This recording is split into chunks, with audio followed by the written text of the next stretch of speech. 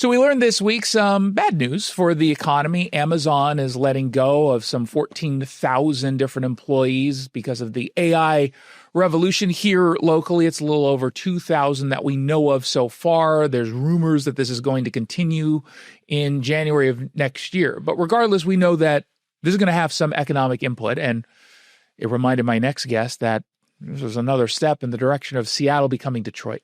Joining me in studio, Saul Spady, former Seattle Red morning host. Hello. Hey, Jason. It's so great to join you. You warned about this in a column that you had written on Seattle Red not too many weeks ago. Oh, and also very humorously in a column you wrote, Big Sean, a Detroit rapper, warned about this. And what you have to go back to is in 1970s, 1980s era Detroit, which Seattleites were so far removed, and we sometimes lack historical context. Mm-hmm. And the context here is they had two of the biggest companies on earth in Ford and GM. They had one of the most robust middle classes, diverse middle classes in America. Beautiful waterfront. If you ever go to Detroit, it's this incredible city with beautiful architecture, having an amazing comeback right now. And we'll get to how that comeback happened. But the fall of Detroit comes with ding, ding, ding, automation, which shocking. Sounds a lot like AI, which we've learned can code better than all of our friends. If you have somebody that you know at Amazon or Microsoft, if you work there right now and you're listening to this, you know you're being asked how to, code with AI. You're being challenged to kind of, in a almost Hunger Games context, outcode and outperform with this tool. And what makes the Detroit to Seattle corollary so strong is obviously the reaction to government to getting less revenue, because as jobs are leaving, our sales tax structure, we're not selling homes as much, our property tax structure, business isn't paying back in. What you're getting to is the only answer is a triple down on more taxes. And you've actually seen this cycle is Olympia raised taxes, $9 billion. King County had to raise sales tax to fill revenue holes. All of this was not for new stuff anymore. This was all to fill past revenue holes. Seattle just did, is now the most expensive, or continues to be the most expensive and sales they're trying tax. to pass this new B&O monstrosity that no one seems to understand, but they know it's going to harm businesses like Amazon. Every ad I'm running now has an 8% sales tax on it. I own an ad agency. That's a new tax, and then on the other side they're getting less revenue. And so in Detroit, the way they reacted to automation in Japan and Korea is they of course strangled the golden goose, because why not? And they're like, let's eat the rich, and then they kept taxing, and people couldn't even keep their homes. And so I really think about Amazon and Microsoft and Bill Gates and Jeff Bezos. So Jeff Bezos drove here because he knew this was a great tax place to start a business. He didn't really know Seattle. He wasn't from here. And Amazon created this great lifeblood that we're now kind of is starting to dissipate. And Bill Gates and Paul Allen started in New Mexico, but they came back here because this was a great place to run a business. Yes, it's left leaning, but it's the Florida, of the West. But I mean, Boeing chose for a long time to really expand here, and they wanted a larger footprint, and they were treated initially really well by Democrats before they turned on them. And then all of a sudden, bam, Boeing's like, okay, we're going to build somewhere else. And they start moving their headquarters. They start moving a lot of their factories into other states that are more hospitable. And a lot of people look at this as AI is driving all of this, but that's not actually what drove it. In the immediate, it's obviously what's driving a lot of the shakeup in the economy. But what started all of this 10 years ago, $15 now, instead of focusing on individual employees or staff members learning more skills, becoming more valuable in an organization, they simply said, we want $15 now. And that's just the start. We don't want any new responsibilities. We want actually fewer responsibilities and higher pay. And we knew at that time, businesses were going to have to respond in some way. And that really, really pushed AI and automation in general way faster than what otherwise would have happened. All of this is being driven by anti-growth legacy Democrats combined with now even further left super anti-growth democratic socialists. Well, anti-capitalist. Yeah, anti-capitalist. I mean, that's really but what I use the term anti-economic growth. It's the humor, though. Even in New York, you'd never run into anybody who's like, I want less New York and less business. I guess AOC. Well, we're starting to get that. You know, the leader of the Democratic Socialists. And all I can say is we are coming to a very direct crossroads. I think Seattle, whether, and I have my opinion on the mayor of Seattle's race that's just about to happen, but whether it's Bruce or whether it's Wilson, I think the city is going to continue on a downward economic trend because of the tax structure that has been in place for over 20 years, by the way. And here's a crazy joke, Jason, just to kind of get into the malaise of how much we've messed up. We have doubled government spending over the last 20 years in Washington. And we have built 10,000 public housing units to solve homelessness. Homelessness has also doubled. We're dealing with a massive addiction crisis where we have the cheapest fentanyl in the country. We can't even discuss a 3 strikes, you got a 6 months of rehab law that's logical, or a public camping ban that Gavin Newsom is doing. And we want to blame Trump's tariffs. And then, like, yeah, I don't agree with the tariffs. It hurts Washington very specifically because we're a high, trade state. But holy smokes, look in the mirror. You don't like the federal uniparty? Well, hold my keg. Washington has had a local state uniparty for 20 years. Explain the uniparty stuff to the average person, because when I hear uniparty, I hear lunatic is complaining and pretending that Democrats and Republicans are exactly the same, which is very clearly not the case, especially around economic issues. No, I don't mean it in that way. I mean it, so this is maybe I shouldn't use this term. I'm trying to adapt a new term. I mean it when somebody controls the House, the Senate, and in Washington's case, the governor's mansion.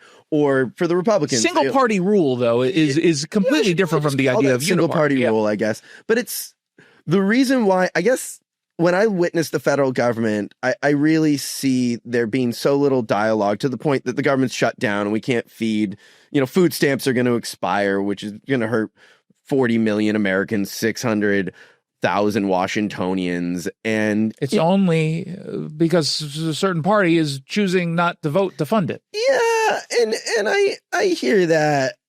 But it's a reality. There's a reality of that. But all I can say is deals can be made. Yeah, absolutely. Deals can be offered. Deals can be made until you hold the negotiations hostage.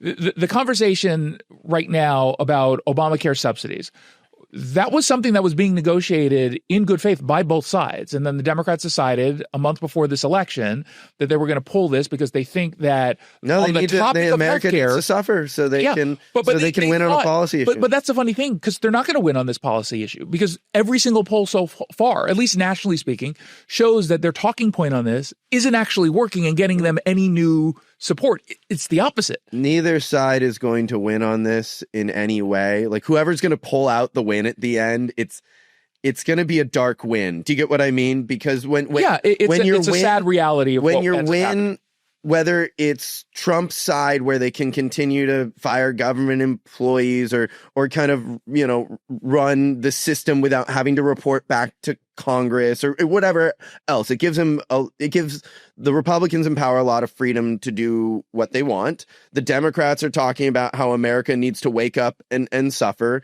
And in between, like, all I can say is this, and I've been calling myself a Cascade Democrat, which might be an independent. I don't know.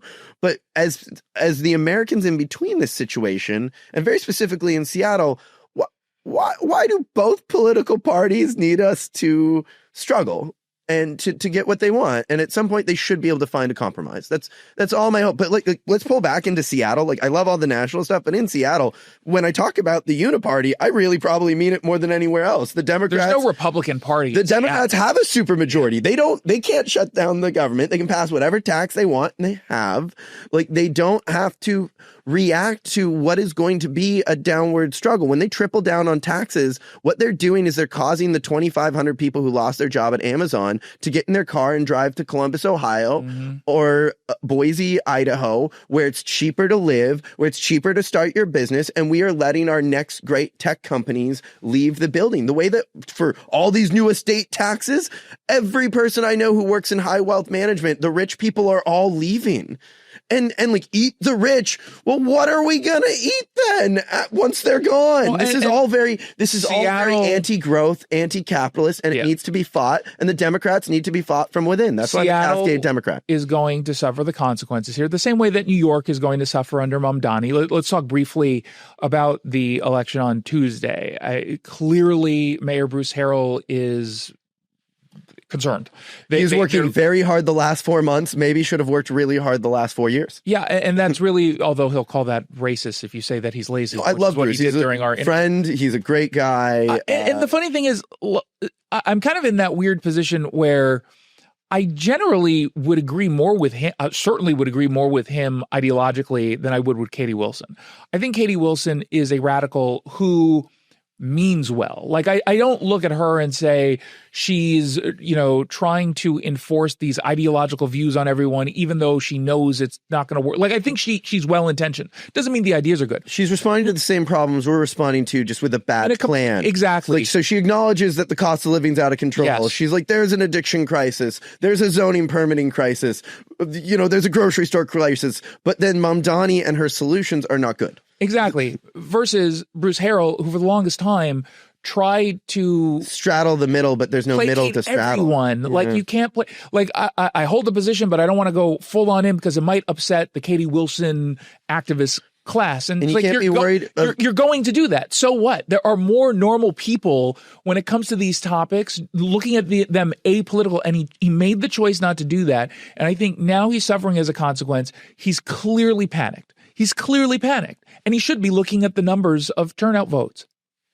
Yeah, I mean, this election's really concerning. It's concerning on so many levels, both in Seattle and across the country. I mean, I love New York. It's one of my favorite cities in America, and I don't want them to institute Seattle-like policies. And the reverse is going to be true, because if Katie Wilson right now, as of our conversation on Thursday, she's going to trip. She's 100% going to win.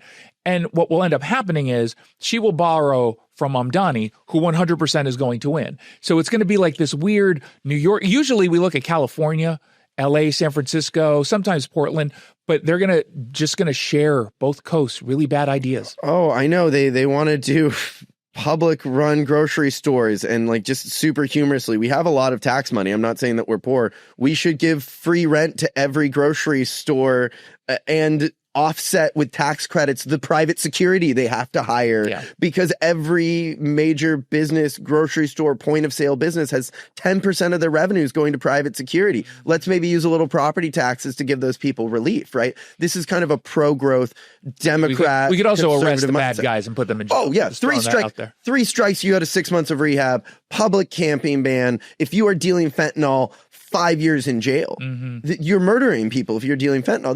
But like, this is where we have to listen to Big Sean. Big Sean's takeaway from Seattle was, oof, I haven't seen this type of open air drug usage, generalized acceptance of crime, and degradation of the economy. And he's like, fire Thai food though. Like, that was the takeaway. A lot of people were like, but we have great Thai food. Yeah, okay. But thanks. We have a crisis, and this crisis goes to Los Angeles. This crisis goes to San Francisco. This crisis I just saw in Toronto when I was there. It's a cost of living, and it's an addiction crisis, and it's a different conversation. But it has shades of the opium wars.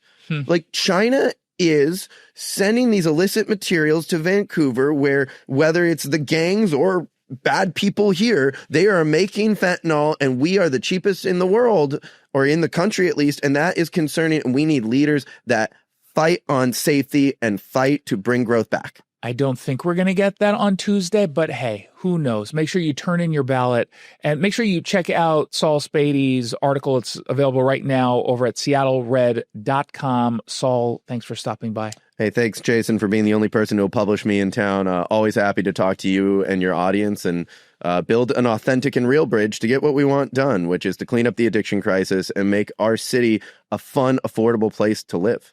There you go. seattlered.com. You are listening to and watching Seattle Red, seattlered.com, and The Jason Rant Show.